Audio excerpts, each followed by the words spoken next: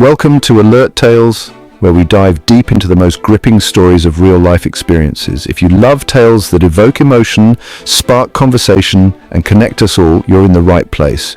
Don't forget to hit that subscribe button and join our community for more captivating stories that will keep you on the edge of your seat. I screwed up as a 12-year-old, and my mother held it over me for the next 6 years. Back in 1997, when I was 11 years old, my dad bought me my first PC. It didn't even have dial-up internet, and I just used it to play pinball, mess around on Microsoft Word and Excel, and play a few games that came with the computer. I eventually started buying a computer magazine because it came with a free CD that had trial versions of various games, including the first GTA and FIFA 98. I would play those free trials over and over again. In late '98, while I was trying to install a game on my computer via floppy disk, my dad came and accidentally left his expired debit card on the computer table I was sitting at. I had taken out the floppy disk and kept it on top of the debit card. And a little while later, 12-year-old me picked up both the floppy disk and the debit card, as half of each was hanging off the table, and stuck it into the floppy drive. The game didn't load, and I tried to eject the floppy disk from the drive, but it was jammed. It's then it occurred to me that I had stuck the debit card along with the floppy disk into the drive. 12-year-old me had no idea about the internal components of a computer, and I was terrified. My dad didn't come back for the debit card, so I was in the clear for that. For the next 6 months, I told my parents that there was something wrong with my computer, and whereas I had used the computer at least 2 to 3 hours a day prior to this screw-up, I used it less than half an hour a day after that. Early 1999, my mum started asking me why I was using the computer less than before. I was terrified and blurted out that there was a floppy stuck in the drive. She told my dad, and he took it to the store. I was really terrified as to what would happen when the truth came out. When he came back, he said that the computer technician took the computer into his workshop and came out a few minutes later, and asked him if he had any small children, and he replied that he had a 12-year-old son. Every one of my friends at this point had their own computer, and we would spend hours talking about the free games that came with our computers, and my parents would constantly blackmail me by threatening to tell my friends of my screw-up if I didn't do my chores. I am much older now, but it is still one of the most embarrassing things that has ever happened to me. I put my boyfriend through college. He just repaid me by cheating on me with a high schooler. Venting before dumping him, I need time to gather both evidence and stuff from my own apartment. Like the title says, I supported my man for years. Paid every cent of his tuition, supported his dreams to join med school, even when his parents implied he was not smart enough. This dude also got home to warm meals, a clean room and head, while I worked my own shifts at a local pharmacy. My family is well off, so they gave me the blessing to invest in his future. We all stupidly assumed he'd be my future husband. We dated since 2015 and never were apart for more than a few weeks. I feel stupid now. I loved him, y'all. Male loneliness epidemic is something this guy couldn't even dream of. He was a king. And no, he never paid rent at my place. I coddled him because being a future doctor seemed exhausting. But he apparently wasn't as busy as he said he was, because he cheated on me. The other woman is not even a woman but a teenager. He was tutoring her, and they eventually began, well, I don't even know if I should tell her parents or let them rot happily ever after. This line was satire. I've already found her parents on social media. They have to report his ass first. I can only die more or less proud knowing I did my very best to make him feel adored. Shit, I even got him a PS5 when it came out. I've never purchased anything over £50 for myself, and neither has he. He always brings me discount chocolate. That console will be coming with me the day I walk out the door. I will sell it and buy myself a pair of high-heeled boots. He never allowed me to be taller than him. Don't date minors, and don't cheat on the woman that would have taken a bullet for you.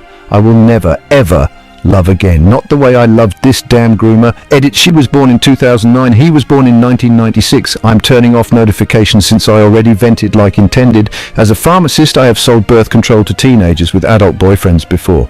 Why am I saying this? Because I'm not 100% sure this girl's parents will side with me. He's conventionally attractive and a doctor in the making. I am just his ex, and he doesn't know it yet. I, a 26-year-old woman, have the power of making or breaking the marriage between my best friend, a 29-year-old woman, And her fiancé, a 35-year-old man. What the hell do I do? The wedding is meant to happen this Saturday. I'm in charge of driving the groomsmen around since they're helping with the ceremony, but among them, there's this one girl I never trusted. We'll call her Sarah, a 24-year-old woman, and she met the groom, Roberto, at work. Nothing seedy in theory, they're just co-workers. One random day, Sarah got harassed by her ex-boyfriend at their workplace, and Roberto stepped in. The stalker ex never popped up again, so Sarah's eternally thankful. That's how they became friends. My bestie, Rosa, found it sweet and allowed Sarah to always be the +1 when the boys hung out. Football games, board game night, pool hangouts, FaceTime sessions. Sarah is always there. My BFF trusts her, but y'all, I never found Sarah normal. Maybe I am cynical, but her doe-eyed gaze made me gag. Her love language is also physical touch, so she's always holding Roberto's hand, arm, or, I don't know man, pinky for all she cares. My friend Rosa is confident in her femininity and doesn't even bat an eye. Anyway, yesterday I had to pick Sarah up. She promised to help with the flower arrangements, so I had to get her there days in advance. This is when shit gets extremely weird. Tell me why this girl was drunk. I'm not talking tipsy, but hammered. This wench was so out of it she didn't recognize me and started yapping about her love life like I was a stranger. She said I wouldn't get it. Yes, that's her shit-ass personality for you, but that she was in love with somebody's fiancé, that he's getting married this Saturday. Oh wow, what a coincidence, and that they had fucked. I'm fighting demons to not swerve the car and get us both killed, but I act empathetic and ask her when this happened. She said 2022. They had sex constantly in 2022. She said Roberto's dick was the best she ever had. Hotel rooms, the back of his car, their workplace parking lot, they went at it like rabbits. Repulsiveness aside, my friend Rosa has been engaged to Roberto since 2021. They were saving up for a home. So now is when I ask, do I keep this to myself or do I tell everyone? 2022 was almost 3 years ago, and according to this stupid bitch, it never happened again. Edit, I have a dashboard camera in my car since I work for Uber. I got a confession recorded. I find my wife less attractive now that she has tattoos. My wife and I, both 32 years old, have been together for 8 years. About 2 years ago, she mostly left her religion, which is totally fine. I have been agnostic since before we met. However, with that, she also decided to start getting tattoos.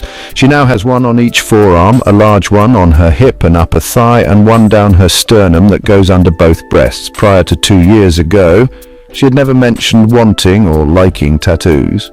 I'm not opposed to tattoos, but I don't really like them.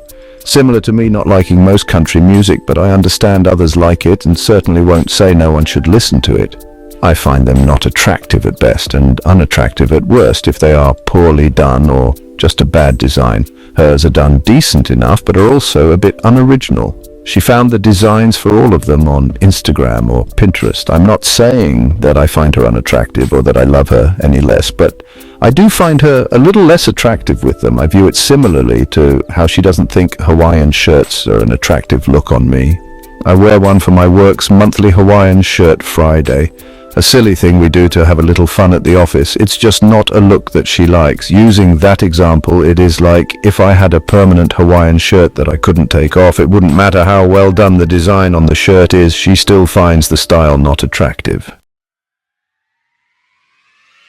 I fought off a phone snatcher who was twice my size. For context, I'm a 20-year-old woman, 5 feet, 4 inches tall and 135 pounds. I live in a not-so-good area in NYC, so I always have to stay alert. I was on the bus and some creepy man was pointing to other people, claiming that they were watching me. He was also telling me to not look at him. At this point, I am on full alert. He drops something near me and I kick it away. As soon as he gets up to get off, he picks up what he dropped and snatched my phone from me. I immediately grabbed a hold of him and hit him a few times and got him on the sidewalk. He tried to kick me in the face, but he didn't strike me. This, however, caused me to lose my grip on him. He tried to run away then. He was a fatter man, so I immediately catch up to him and call other passers-by to help catch him.